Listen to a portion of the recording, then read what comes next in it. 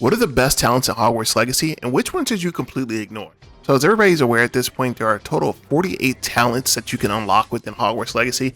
However, there is a level cap of 40, which means that 8 talents you will never ever be able to acquire. So the ultimate question is, which ones are worth your time and which ones should you completely skip? That's going to be the conversation we're going to have today. I want to make it short, sweet, and to the point. I've done 2 complete different playthroughs of Hogwarts Legacy on hard, normal, and story mode. So this will probably be my opinion based off of all 3 of those. But I'll lean more towards hard mode because that's going to be more hardcore towards the players. And most of this will apply to normal as well. So let's go ahead and jump into it. Let's talk about talents. Okay, so let's jump into this. So we're just going to do this raw. I'm just going to go through them one at a time, tell you what I think is good, what's worth your time, and just go on to the next one. So starting with spells, in both my runs, I did 10 out of 10 for these, and I'm going to explain why I think each spell is worth your time or, you shouldn't get it. So to start with, just as a disclaimer, when it comes to spells, I recommend getting all 10. The reason for this is because even if you aren't using particular spells at the beginning of the game or throughout your playthrough, at some point you might want to start using those spells. The spells that I were using in my first playthrough, or even like in the middle of my first playthrough, that completely changed by the time I had completed the game, especially in my second one. I wasn't even using half the same spells. So I recommend, if you are comfortable, definitely getting all of these. The must-haves for sure are things like Transformation Mastery. This is one of the best spells in the game. It makes no sense not to have that. As well as Bombardo Mastery and Defendo Mastery, I think are the must-haves, and Incendio Mastery. Those are like your big damage dealers, and especially if you're on the higher difficulties, you can kind of mitigate some of this stuff by getting traits that you don't get the upgrade, and you get the trait. It'll still kind of offset the damage potential that you're losing here. And everything else is just really good. If you don't get both Accio as well as Leviosa, pick between one of them, because you need at least one of them. Having 3 different enemies on a field disabled at any given time is invaluable. You don't want to leave that off the table. So if you don't get one, get the other for sure. Depulso Mastery, I can do without it. Confringo Mastery, I can also do without it. Glacius Mastery, I personally like a lot, but that's kind of if you use Glacius or not. I would not leave it on the table. And Descendo Mastery is pretty good. You see it has an AoE effect right there as well. And it's really good to kind of get somebody off the table super quick. And let's jump over to Dark Arts. So Dark Arts is another one that if you have the points to spare, I recommend getting all of these. If you, of course, are doing the Unforgivable Curses, if you're doing that entire side quest, I recommend getting all of them. Some of the must-haves in this one for sure is, to start us off with, Avada Kedavra Mastery is broken. Everything in here is predicated on cursing opponents and stuff like that, and essentially what this one does is it kills everybody that's cursed, which is completely good. I've killed like 5 enemies before in one swing. Unfortunately, Avada Kedavra has a really insane cooldown, like really like long. I think it's the longest cooldown in the game. But if you're killing 5 people in one stroke, that's normally like the entire horde. Curse Sapper, that's up to you. Some of these I didn't even bother getting. Curse Sapper is cool. Crucio Mastery, it's okay. Some of these things, it's kind of depending on how much you like the Unforgivable Curses. All 3 of them kind of work off each other in a wheel, honestly.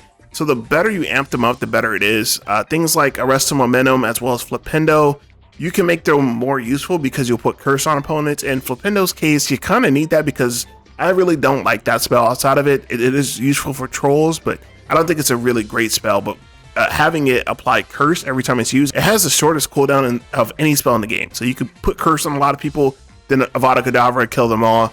So let's go through these with a bit of a fine comb.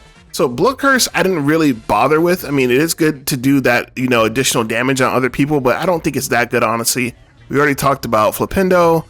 Disarming Curse, if you use Expelliarmus a lot, I think it is worth having. And Expelliarmus you're going to use anyway because there are a lot of dark wizards you have to fight in this game. So if you have that, it is quite good. Stupefy, I'm a really big fan of having, and I'll show you when we go to core, having Stupefy and Protego, like all those mastered, because they are just, the better you get, the more rewarded you are for that. Arrest Momentum is going to go based off if you use it or not. Crucio Mastery, I think Crucio Mastery and Imperial Mastery, I would recommend getting that. If you have the curses, I would get all 3 of these. 1, 2, and 3. I would recommend, if you don't do anything else in here, get those 3 for sure. And then Curse Sapper, that's fine. You know what I mean? I don't really like passive things that restore your health. I think there's just better ways to restore your health, honestly. But that's entirely up to you. And during Curse, that's up to you again. Curse, I think, already lasts pretty long. You know what I mean? So I don't think that's entirely necessary, but that's up to you. And then moving on, let's take a look at core. So core, let's start from the bottom to the top. So ancient magic throw expertise, I recommend. That's good because you use that in almost every single battle. Basic cast mastery, yes, definitely. Basic cast impacts reduce spell cooldowns, yes, that's a must-have. Protego absorption, I'll go through them, but this is a must-have also. Will contribute to the ancient magic meter. Anything that's going to help you, that's essentially like your, like your X factor. That's going to allow you to do massive amount of damage to your ancient magic. So always prioritize that. Swift is really good too. Really good for mobility, and kind of if they are like just swarming you for whatever reason, you can get out really quickly. It's good for offense, it's good for defense.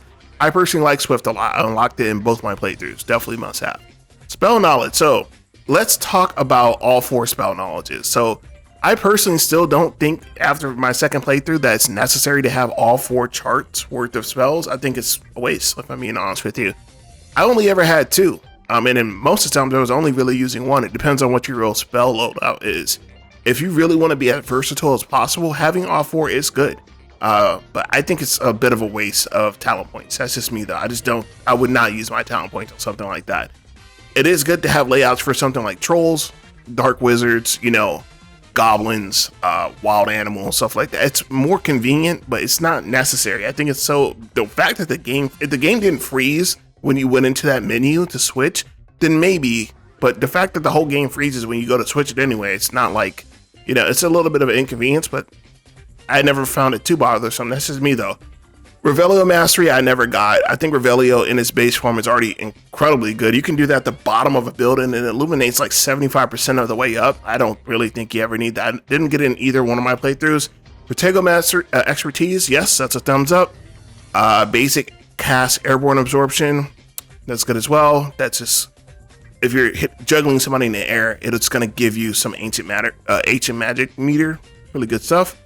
And evasion absorption, this is good too. This is more passive stuff. That one might be on the chopping block depending on if you find yourself evading more or if you find yourself using it like Protego parries. That's up to you, honestly. Stupefy Mastery, I would recommend getting.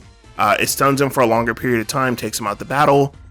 Wigan Well Potency, so that's up to you. I got both of them because in hard mode, once you get hit like once, if it's a pretty hard blow, you could be at like 30% in an instant. Just being able to chug that potion really quickly is good and get a lot of your life back. That's up to you. Your mileage may vary. If you're not really getting hit a lot, or if you're really relying on the Idurus potion, you have the invulnerability constantly. That's up to you. And then for the final 2 up here, we have Stupefy Expertise. Highly recommend getting that. And then we have Protego Mastery. So these just have to do with your parrying, right? If you are playing through the game and you're naturally getting better with your parries and your blocks and everything like that, the game's going to reward you if you unlock these. So I think these are really good to have because better you get, the more you're rewarded for it. And there isn't really no ceiling to it. If you're getting this down like 100%, you're going to be doing a lot of damage out there between your counters and your parries, between Stupefy, Protego expertise. You're going to be a menace out there. So I would not skip on those, honestly. And let's take a look at stealth. In both my playthroughs, I went through in my first playthrough, I didn't get any of the stealth ones. On my PC save file, I got all 4 of them just to test it out to see how good they were.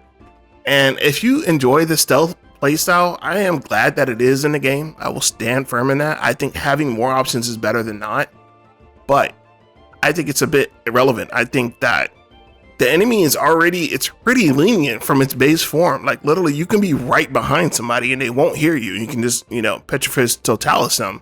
So I never had an issue with that. Even, when this is all buffed and stuff, I just always found it completely redundant. You know what I mean? I think I've only been spotted 1 time and I was literally actually just being reckless, but honestly, it's not necessary. None of this is necessary. I think if you want to do anything, the top one, Petrifies Totalis Mastery, is good because it's more of an AoE effect. So if you want to, KL 3-4 people, that's good. But these other 3, I think are completely useless, honestly. That's up to you and your playstyle, but I would never invest again in stealth. I just didn't see it. And then to cap us off, let's talk about the rumor requirement. So rumor requirement, focus potion potency. So when it comes to the potions, there's only two of them I really grew to use after a while, and that's going to be the Idurus, the one that gives you like the stone skin, and Thunder Brew. Those are the only two I use after a while. Focus Potion is fine. This depends on your playstyle, pretty much 100%. You like the Focus Potion, you like Maxima, you feel that, you know, that complements your playstyle. The Maximum Potion is pretty damn good. I will say that. It's very strong, but just really never fit into my playstyle. I got all these unlocked in my PC file, and it was okay. You know what I mean? Like, I just never, anytime, if I was going to chug a potion, if I was going to take the time to chug a potion, why wouldn't it just be a Thunder Brew? I would just do a Thunder Brew that causes so much AoE, like chaos and stuff like that. It allows me free reign to do whatever the hell I want anyway. So I think that's the best, right? So let's go from the bottom to the top here. Idurus, I think, is probably the one that I would get in most playthroughs. In my third playthrough, that'll probably be one of the first ones I get. That invulnerability is crazy, and the fact that it reflects back is really really good.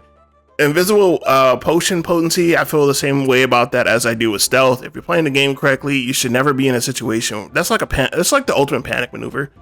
It'll allow you to just go up and petrify them, but it depends on your playstyle. That did not really fit into my playstyle, honestly.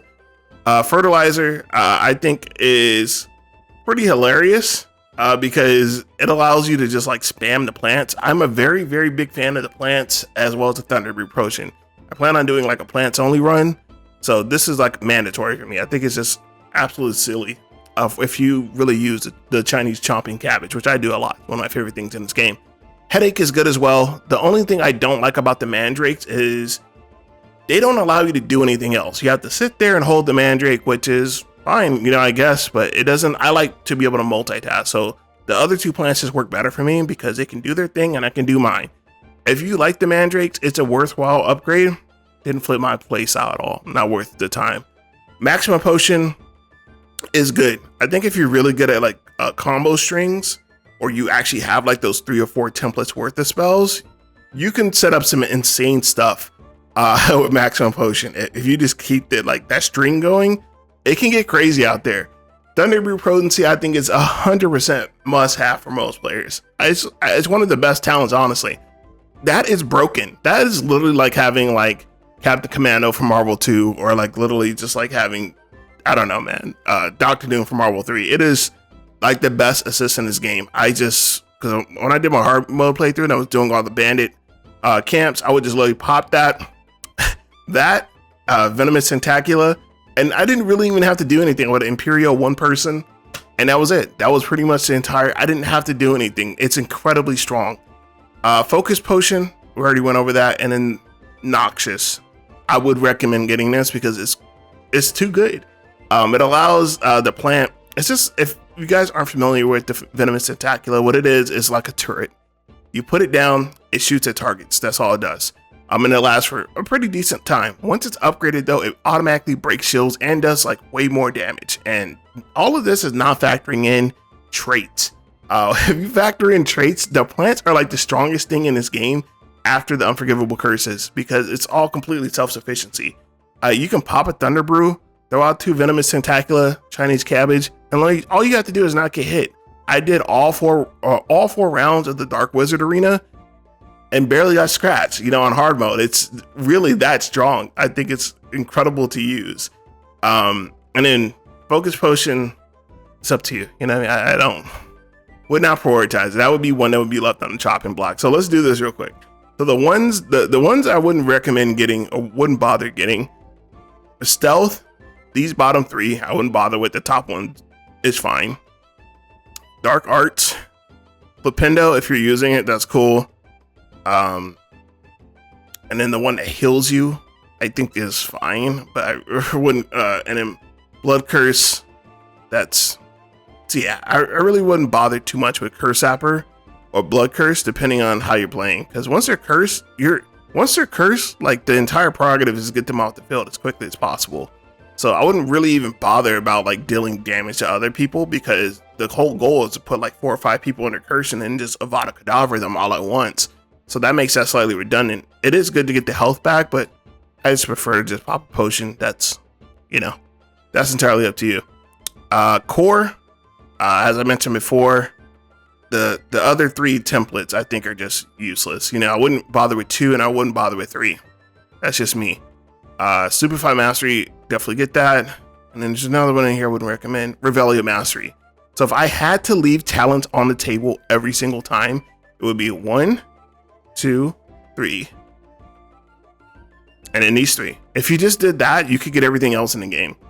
Because I think those are the ones that just, they provide you like virtually no real value, in my opinion.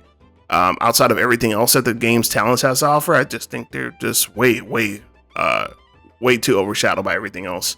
But that'll do it, guys. If you did enjoy this, let me know what you'd like to see next on the channel. Till next time, make sure you like and subscribe. LC signing out. Peace.